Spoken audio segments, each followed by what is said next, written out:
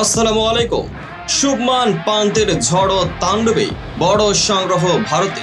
Follow অনের ফাঁদে পড়া টাইগারদের এক প্রকার বাঁচিয়ে দ্বিতীয় ইনিংসের ব্যাটিং শুরু করেছিল ভারত দল। এবার দিনের শুরু থেকেই চড়াও হয়েছেন তারা। বাংলাদেশকে 515 রানের লক্ষ্য দিল ভারত।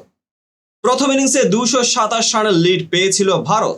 তারা দ্বিতীয় ইনিংসে 4 উইকেটে 287 রান তুলে ইনিংস ঘোষণা করেছে। তাই চেন্নাই টেস্টে জয়ের জন্যই বাংলাদেশকে করতে হবে 515 রান, আর ড্র করতে হলেই উইকেটে থাকতে হবে প্রায় 2.5 দিন। অলৌকিক কিছু না ঘটলে যা প্রায় অসম্ভব। নিজেদের দ্বিতীয় ইনিংসে 64 ওভারে 4 উইকেট হারিয়ে 287 রান তুলে ইনিংস ঘোষণা করেছে ভারত, যেখানে সেঞ্চুরি পেয়েছেন দুইজন। অপরাজিত 119 রান করেছেন শুভমান গিল ও ঋষভ পান্তের ব্যাট থেকেই এসেছে 109 রান। বাংলাদেশের হয়ে 2 উইকেট পেয়েছেন মেহেদী হাসান মিরাজ। 3 উইকেটে 81 রান নিয়ে তৃতীয় দিনের খেলা শুরু করেছিল ভারত। শুভমান গিল ও ঋষভ পান্ত দুজনে সকাল থেকে আগ্রাসী ভঙ্গিমায় ব্যাটিং করতে থাকেন। দিন শুরুর আধা ঘন্টার মধ্যে হাফ সেঞ্চুরি তুলে নেন গিল।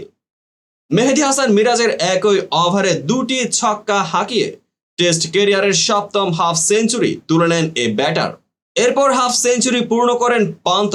88 বলে মাইলফলক ছুঁয়েছেন এই উইকেট রক্ষক ব্যাটার।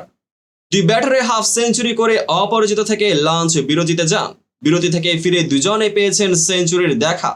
প্রথমে 3 অঙ্কে স্পর্শ করেন পান্ত। মাইলফলক ছুঁতে তিনি খরচ করেছেন 124 বল। অন্যদিকে শুভমান সেঞ্চুরি করেছেন 161 বলে। ভিডিওটি সম্পূর্ণ দেখার জন্য ধন্যবাদ। দেখা হবে পরবর্তী আপডেটেড ভিডিওতে।